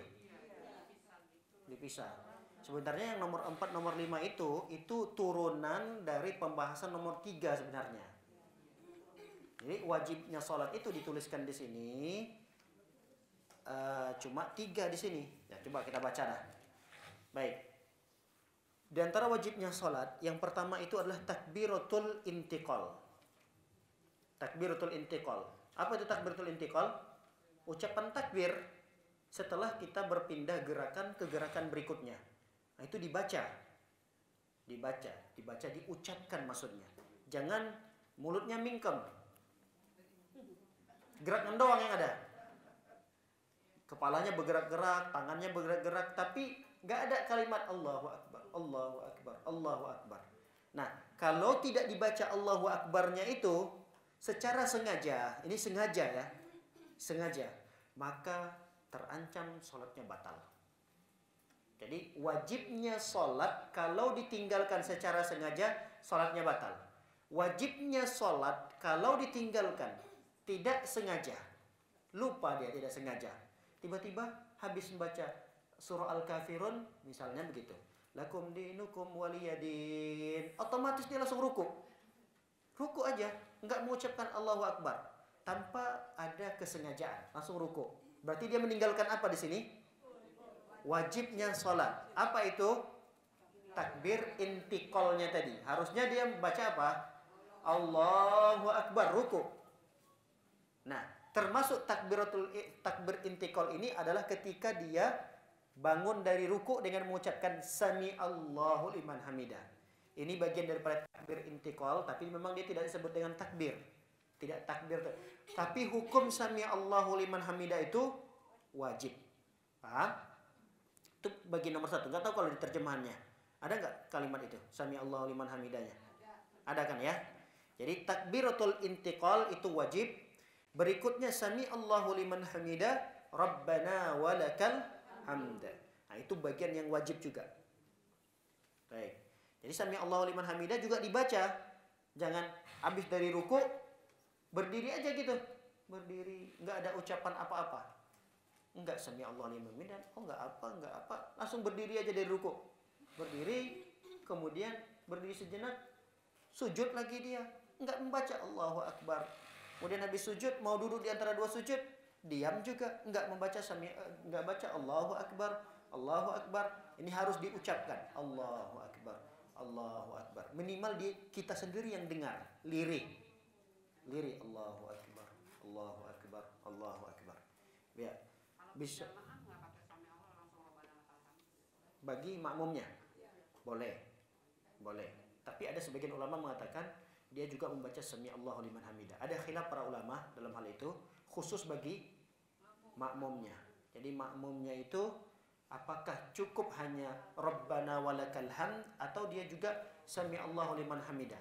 Ada khilaf. Tapi kalau kita mau membaca cukup pada Rabbana walakal hamd, cukup, tidak ada masalah. Karena ada satu hadis dan Rasulullah mengatakan apabila imam mengucapkan sami Allahu liman hamidah, lalu ucapkanlah Rabbana. Ada hadis yang mengatakan gitu. Kalau imam baca sami Allahu liman hamidah, maka ucapkanlah Rabbana walakal hamd. Ya, ada yang mengatakan seperti itu. Tapi kalau kita salat sendirian, ini sami Allahu liman hamidah dibaca, Rabbana walakal hamd juga dibaca. Nah, tadi kan pertanyaan kalau berjamaah. Kalau sendirian ini juga harus dibaca. Nah, diucapkan, dibaca itu diucapkan. Jangan bacanya dalam hati. Jangan baca dalam hati. Baik. Yang kedua. At-tasyahhud al-awwal. Tasyahud awal termasuk bagian daripada wajibnya sholat. Jadi kalau ada orang lupa memang lupa, bukan sengaja.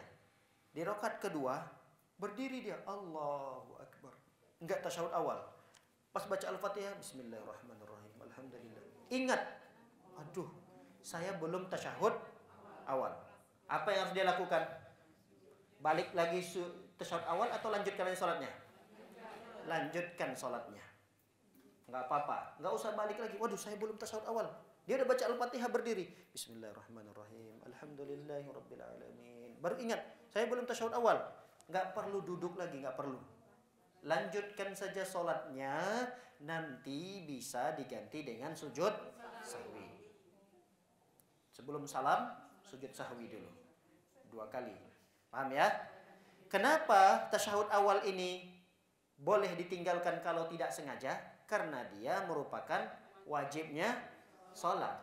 Tapi kalau dia rukun, nggak bisa ditinggalkan. Harus dikerjakan. Jadi dianggap rakaat itu tidak sah. Misal di rakaat pertama sempurna, di rakaat kedua dia sujudnya cuma 1 kali. Di rakaat kedua sujudnya berapa? 1 kali. Bangun dia di rakaat ketiga, kemudian dia lupa. Tadi saya sepertinya lupa sujud. Cuma 1 kali sujudnya. Nah, maka rakaat ketiganya itu menjadi rakaat keduanya. Paham nih? Rakaat ketiga yang sedang berdiri tadi itu diganti menjadi rakaat kedua. Rakaat keduanya tadi itu dianggap tidak ada. Paham? Jadi nggak usah dibatalkan sholatnya. Aduh, bingung saya mau ngapain lagi nih ya. Ya udahlah, ulang lagi deh, ulang. Nggak perlu diulang. Nggak. Iya. Jadi kalau dia 4 rakaat sholatnya jadi 5 rakaat. Ingat, rakaat ketiga itu jadikan ini rakaat yang kedua. Rakaat yang 2 yang sudah dilewatin tadi itu dianggap tidak ada. Berarti tasawuf lagi. Ya, rakaat yang ketiga tadi kan berarti rakaat kedua jadinya. Lakukan itu seperti rakaat kedua, tasyahud apa semua. Yang pertama tadi tasawuf nggak apa-apa. Enggak tasyahud. Yang dianggap hilang tadi. Iya, udah dianggap hilang, enggak usah ditoleh lagi, udah kita tasyahud, udah apa di situ, enggak usah diperhatikan lagi karena ada satu rukun yang terlewatkan di situ. Beda dengan wajibnya sholat tadi. Kalau wajibnya sholat yang tertinggalkan tasyahud awal, kita sudah berdiri di rakaat ketiga, enggak usah kembali lagi atau enggak usah dibatalkan. Waduh, saya batalkan aja di rakaat kedua itu. Jadi rakaat ketiga ini menjadi rakaat keduanya, enggak perlu. Kalau di akhir gimana Ustaz, kita lupa baca Al-Fatihahnya gitu di akhir. Ya. Rakaat terakhir 4 rakaat gitu. Ya. Kan berarti kan tasawufnya kan udah kedua, Ya. terakhir. Itu gimana? Dia lupa baca Al-Fatihah di rakaat keempatnya gitu. Iya. Berdiri lagi. Iya, oh ketiga. Berdiri lagi. Ini tasawuf, dia tasawuf akhir nih kan. Dia baca tahiyatulillah wassalawatu wattayyibat. Saya kayaknya di rakaat keempat tadi langsung baca surah Al-Kafirun umpamanya. Malah dia baca surah Al-Kafirun bukan Al-Fatihahnya. Yang penting kan surah Al-Fatihahnya. Dia tasyahud ini. Waduh. Udah, dia langsung berdiri lagi. Di rakaat keempat yang tadi dia sudah tasyahud itu dianggap tidak ada. Jadi dia berdiri pada rakaat kelima itu sebagai pengganti rakaat keempatnya tadi. Paham? Ya. Tetap sujud sahwi nanti tetap sujud sahwi. Sujud sahwinya tetap. Sujudnya juga sama. Sama, tata cara sholat sujudnya juga sama. Tapi ada yang mengatakan kalau penambahan seperti itu sujudnya setelah salam. Kan penambahan tuh. Yang 4 rakaat jadi 5 rakaat. Ada yang mengatakan sebagai ulama sujud sahwinya setelah salam. Assalamualaikum, assalamualaikum. Sujud ya. Allahu Akbar. Kemudian duduk dulu, baca Rabbighfirli, sujud lagi subhana rabbil a'la, subhana rabbil a'la. Kemudian duduk lagi, Allahu Akbar, baru assalamualaikum, assalamualaikum lagi. Gitu. Boleh. Iya, salamnya 2 kali. Posisi kakinya tawaruk atau itu iftirash? Terserah. Tidak ada ketentuannya. Boleh iftiras, boleh tawarruk. Kalau kita sedang sujud sahwi itu, lihat pada posisi apa kita, rakaat keempat. Ya udah, kalau kita tawarruk, ya tawarruk gitu. Kalau dia sholat 2 rakaat iftirash, maka ada sujud sahwi di situ, ya duduknya juga iftirash. Sujud sahwinya bacanya apa Ustaz? Baca seperti bacaan sholat biasa, subhana rabbiyal a'la, subhana rabbiyal a'la. 3 kali boleh, 1 kali juga boleh. Sujud biasa aja, bacaan sholat sujud. Berapa kali kalau sahwi? 2 kali. Sujudnya 2 kali. Ustaz, itu kalau sujud yang pertama sujud sahwi itu kita baca Rabbighfirli? Boleh dibaca. Kita kan ada duduk di antara 2 sujud tuh kan ya. Nah, boleh Rabbighfirli. Karena tidak ada hadis yang menjelaskan apa yang dibaca di saat sujud sahwi itu dan di antara 2 sujud itu. Maka para ulama mengatakan tidak ada dalam sholat itu diam. Nggak ada sujud, nggak ada baca apa-apa. Duduk, nggak ada baca apa-apa. Sujud, nggak ada baca apa-apa. Diam, nggak ada sholat yang namanya diam. Harus ada yang dibaca. Nah, cuma menjadi masalah apa yang dibaca. Tidak ada hadis sahih yang menjelaskan baca ini, nggak ada. Maka dikembalikan kepada hukum awal. Sujud apa yang dibaca? Hukum awalnya subhana rabbil a'la. Duduk di antara 2 sujud apa yang dibaca? Rabbighfirli. Udah baca itu. Ada yang mengatakan dibaca subhanalladzi la yanamu wa la yashu. Pernah dengar itu? Doa itu? Jadi ada sujud sahwi itu bacaannya subhanalladzi la yanamu wa la yashu. Artinya Maha suci Allah yang tidak tidur dan tidak lupa. Sahwi itu artinya tidak lupa. Maha suci Allah yang tidak tidur dan tidak lupa. Nah, itu dibaca katanya di saat sujud itu. Saat sujud baca doa itu. Subhanalladzi la yanamu wa la yasu. Tapi ini juga enggak ada dalil yang sahih. Tidak sahih, dalil yang membacakan doa itu enggak sahih. Mending kita kembali kepada hukum asalnya salat. Hukum asal salat ketika sujud apa dibaca? Subhanarabbiyal a'la. Udah itu aja. Baik, kita terakhir nih, yang ketiga, kewajiban yang ketiga yang menurut beliau di sini adalah berdiri di saat sholat itu ada sesuatu yang menjadi sutroh kita saat kita sholat. Jadi sebelum kita sholat, pastikan di depan kita sudah ada sutroh dulu. Karena sebagian ulama menganggap ini adalah wajib hukumnya. Sutroh. Baik. Apa fungsinya sutra ini? Fungsinya adalah tamna'ul murur amamahu. Akan mencegah siapapun yang akan lewat di depannya. Ini misalnya sutra saya sholat. Misal ya, saya sujudnya nanti sebelum sini. Nah, kalau ada yang lewat di sini, kita bisa cegah. supaya dia lewatnya di sini. Paham? Adapun orang yang lalu lalang di sini, ini nggak ada masalah dengan sholat kita. Yang jadi masalah adalah ketika dia lewatnya antara kita dengan sutroh ini. Nah, inilah kewajiban kita untuk menghalanginya. Kita dalam sholat. Tapi kalau dia sholatnya di sini, sutrohnya di sana, gimana dia mau menghalanginya?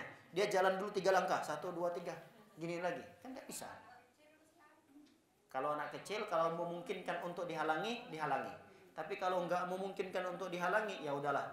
Biarkan, namanya kita sholat di rumah kan, anak banyak, berlalu lalang kita kadang sholat lewat sini. Nah, kalau bisa, tatkala anak itu mau lewat, seperti yang dilakukan oleh Nabi. Nabi itu yang lewat ketika itu adalah kambing atau apa, Nabi SAW yang mengalah. Nabi malah melangkah ke depan lebih dekat dengan sutrohnya. Nanti ketika mau rukuk, Nabi SAW mundur lagi, sujud mundur lagi gitu. Baik.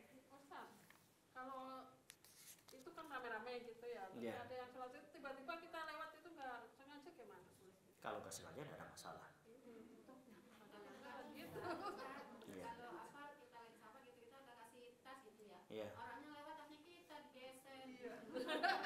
Asalkan nggak diambil sama dia kan? Nggak diambil duit. Kadang diambil gitu lewat dan ditaruh lagi. Aneh juga dia. Ngapain tasnya digeser? Tinggal lewat aja sebenarnya depan tas itu ya. Ya. Ya nggak boleh seperti itu. Tetap nggak boleh apa yang dilakukannya. Baik. Watakuffa basarahu amma wara'aha, dan pandangannya itu tertuju kepada sebelum sutroh itu. Jadi penglihatannya ini sutroh, berarti di sini penglihatannya. Dia tidak melihat setelah sutroh tersebut. Baik, terkait dengan poin yang ketiga ini, maka disunahkan dunuwul musalli minas sutroh, dekatnya orang yang sholat dengan sutroh. Jadi sunnahnya bahwa orang yang sholat itu mendekat dengan sutroh. Nah, berapa kira-kira kedekatannya itu berapa? Diriwayatkan oleh Bilal di sini bahwa Nabi SAW ketika berdiri sholat, sutrohnya itu adalah tembok seperti ini. Itu kira-kira 3 hasta. 3 hasta itu ini 1 hasta. 1, 2, 3. Lumayan. Ini 1, 2, 3. Itu di saat posisi berdiri. Di riwayat yang lain, di riwayat Sahal bin Sa'ad, ketika Nabi SAW kondisinya sujud, itu kira-kira antara antara diri beliau dengan tembok, kira-kira bisa lewat kambing. Paham? Ini misalnya sutroh. Nah, ketika Nabi SAW posisinya sujud, Allahu Akbar. Nah, ketika itu masih bisa nih lewat kambing. Nah, kira-kira lah tuh kambing atau kucing kalau di rumah kan, nah, kira-kira masih bisa. Jadi tidak betul-betul dekat banget seperti ini kepala kita sampai nempel di sutroh itu enggak. Jadi pantas tadi kalau di saat berdiri dia 3 hasta. Karena ketika Rasulullah sujud itu masih ada jaraknya sekitar segini lagi. Ukurannya kalau anak kambing masih mau lewat pun masih bisa gitu. Baik, itu kondisi ketika beliau sedang sujud. Tingginya Ustaz. Tingginya ada yang mengatakan sejengkal, ada yang mengatakan sehasta. Ada yang mengatakan sehasta gini. Tapi seukuran tas cukup, sejengkal segini juga sudah cukup. Sudah cukup sebagai isyarat. Cukup insyaallah. Baik, apa yang kita lakukan setelah kita sholat di depan kita ada sutroh? Maka yang kita lakukan, jangan biarkan orang yang lewat antara diri kita dengan sutroh. Itu yang kita lakukan. Jangan biarkan orang lewat antara kita sholat dengan sutroh itu. Jadi kalau ada kasih tahu. Ustadz, saya halangi, dia malah saliman sama saya. Ada yang begitu, tapi kalau ibu-ibu kan jarang ya, karena kan jilbabnya ini kan ya. Dia kirain mau ngajak saliman gitu. Kita sedang sholat, kita mau gini, malah dijabatnya tangan kita begini. Kita mau ketawa gitu ngelihatnya kan. Yang sholat pun gini-gini juga dia mau nahan rasa ketawanya. Ya sudah, Itu mungkin adalah tidak sampai batal. Kecuali dia tempat itu batal. Tapi kalau dia masih nahan gini, masih bisa ditahan, salatnya tetap sah. Mudah-mudahan dia mendapatkan pahala tambahan. Karena ada ujian di saat dia salat itu, ada ujian yang kuat di situ, yaitu orang tiba-tiba tanpa disadari, dia juga nggak tahu. Kirain kita begini ngajak dia salam, padahal kita mau menghalangi supaya jangan lewat. Dia malah saliman. Kita yang lihat aja tertawa, bagaimana lagi dia dalam posisi itu gitu. Nah, baik. Berikutnya tahrimul murur baina yadil musalla. Nah, sekarang kita membahas hukum orang yang lewatnya. Apa hukumnya? Haram. Ternyata kita sudah halangi, dia malah memaksakan untuk tetap lewat di situ. Dia mungkin mau mutar ke sana, repot, udah lewat aja di situ, maka hukumnya haram. Sebagaimana hadis Abi Juhaim, pernah berkata Nabi SAW bersabda, "Lau ya'lamul marru baina yadayil musalli, mada alaihi lakana an yakifa arba'ina khairan lahu min an yamurra baina yadayhi." Kata Nabi SAW, andai kata orang yang lewat di antara yang sholat tadi, dia tahu apa yang akan dia dapatkan dari hukuman, dari azab Allah Subhanahu wa taala, niscaya dia akan lebih memilih untuk menunggu, tidak lewat, dia tunggu di situ sampai 40 sini ada yang mengatakan 40 tahun. Andai kata dia harus menunggu 40 tahun, nggak bisa lewat karena ada orang sholat, 40 tahun dia harus nunggu itu lebih baik bagi dia daripada dia memaksakan untuk lewat. Ini cuma karena malas mutar gitu. Ini cuma dia sholat, cuma di sana nanti mutar gitu, nggak ada lewat lagi kecuali ini yang jalan pintasnya gitu. Kalau mau lewat ya keluar pintu sana lagi, kemudian mutar lagi, malas, udah lewat aja dia. Nah kata Rasulullah, mending dia memilih 40 tahun berdiri di situ daripada dia harus memaksakan untuk lewat. Apalagi cuma pilihannya cuma mutar doang gitu. 40 tahun aja lebih baik itu dipilih, apalagi cuma sekedar mutar beberapa langkah doang gitu. Baik, sutratul imam sutratul lil ma'mum. Jadi sutrohnya imam itu adalah sutrohnya makmum.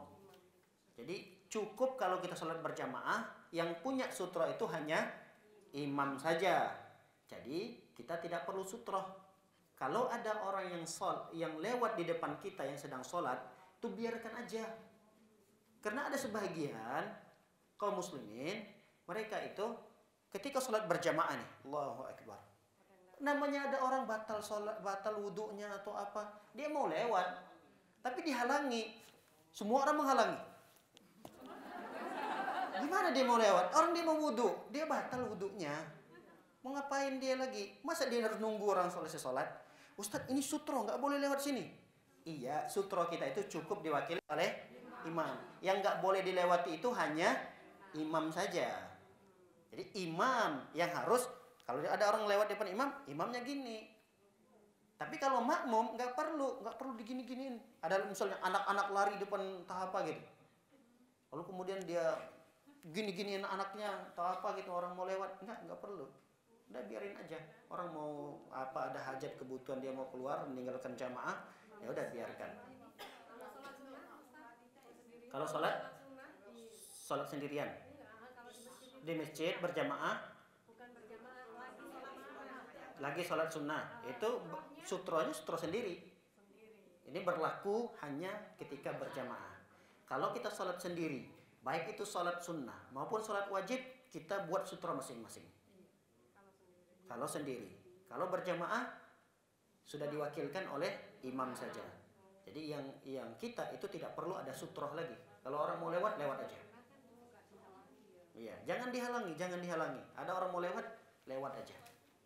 Iya, wallahu a'lam bishawab. Demikian kajian singkat ini yang dapat kita pelajari. Semoga menjadi ilmu yang bermanfaat dan dapat kita amalkan dalam kehidupan kita sehari-hari. Wallahu a'lam bishawab. Masih ada yang mau nanya?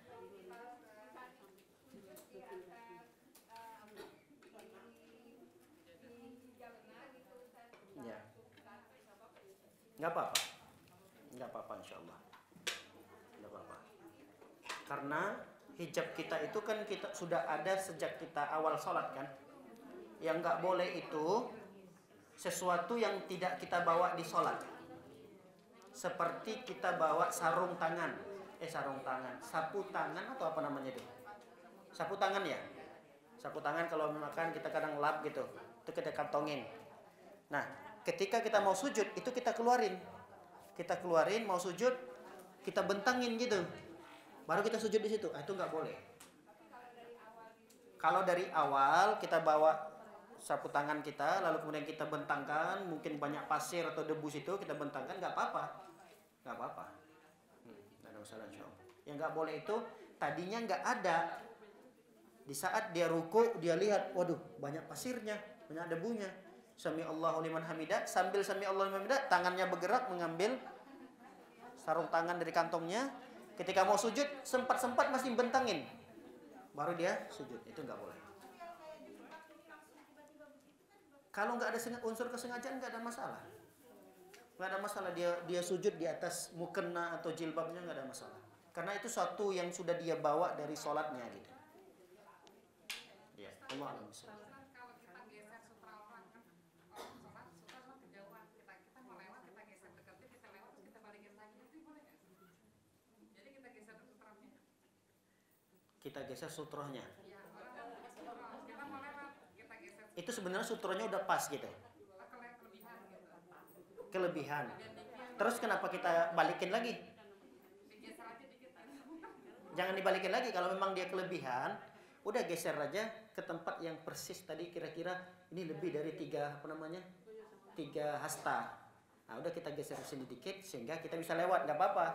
Tapi kalau kita hanya cuma ngakal-ngakalin, gimana caranya supaya kita tidak lewat antara sutra dengan sholat? Kita akalin nih, kita geser aja ininya. Lewat kita, habis lewat kita balikin lagi. Nah, ini nggak boleh. Nggak boleh. Kecuali kita menggesernya itu memang ada alasan. Bukan cuma karena mau lewat, enggak. Tapi karena memang ini kejauhan. Kita geser di sini. Lalu kita lewat. Enggak perlu dipindahkan lagi. Udah tetap pada yang sudah kita pindahkan tadi gitu. Karena nanti terkesannya kita cuma mau ngakal-ngakalin. Kalau mau mutar agak jauh, ya udah kita geser gini dikit, kita lewat, kita balikin lagi. Nah, itu enggak boleh. Enggak boleh. Karena posisi sutronya dia sudah benar. Posisi sutronya dia sudah pas dan sudah benar. Nggak sampai? Nggak apa-apa. Nggak apa-apa. Nggak apa-apa. Ini kan apa yang pernah dilihat oleh sahabat. Seperti Bilal tadi, nah beliau kira-kira kata beliau 3 hasta. Tapi kalau misalnya kurang dari itu, tidak ada masalah. Pas di sutrohnya itu, nggak apa-apa. Nggak apa-apa. Bentar. Siapa dulu ini? Sunnah. Itu nanti kita akan masuk pada bagian sunnah-sunnahnya sholat. Jadi dia bukan rukun, dia juga bukan wajib, tapi dia masuk dalam kategori sunnah nanti. Insya Allah ada pembahasan khususnya. Ya, tasyahud ketika witir yang 1 rakaat. 3 rakaat. Ya 3 rakaat kan berarti tetap 1 kan tasyahudnya nanti. Kita misalnya 3 rakaat nih. Ibu 3 rakaat itu 2 salam atau 1 salam? Biasanya 1 salam, tasyahudnya kan 1 kali juga tuh. Kalau tasyahudnya 1 kali, para ulama mengatakan duduknya tetap iftirash. Kalau dia 2 salam, 2 salam. Salam pertama kan 2 rakaat nih. Assalamualaikum, assalamualaikum, ini iftirash. Berdiri 1 rakaat lagi kan? Berdiri 1 rakaat lagi. Ini ada khilaf para ulama. Ada yang mengatakan tetap iftirash. Ada yang tetap iftirash, ada yang mengatakan tawarruk. Ya Allah alam bisawab. Dua-duanya pilih yang mana aja boleh. Mau iftirash boleh, tawarruk boleh, tidak ada masalah. Ya.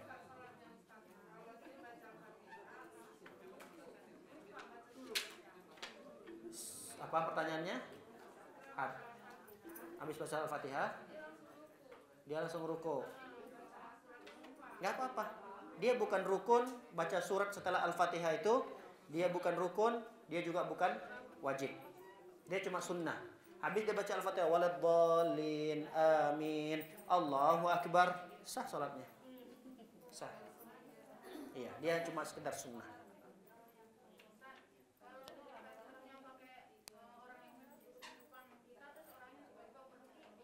pergi dia, pindah. Ya kita lihat posisinya, kita bisa cari sutra lain nggak? Ada nggak orang duduk di sebelahnya lagi?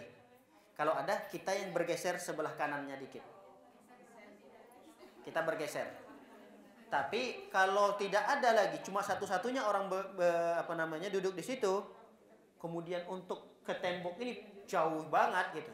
Mau jalan bisa sampai beberapa langkah gini untuk mendekat dengan tembok.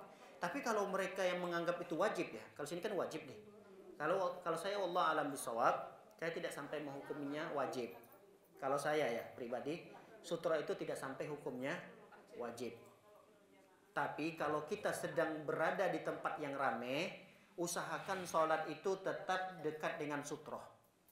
Itu dianjurkan sekali, karena nanti kalau kita tidak mendekat dengan sutra, kalau ada orang yang lewat, sholat kita bisa batal.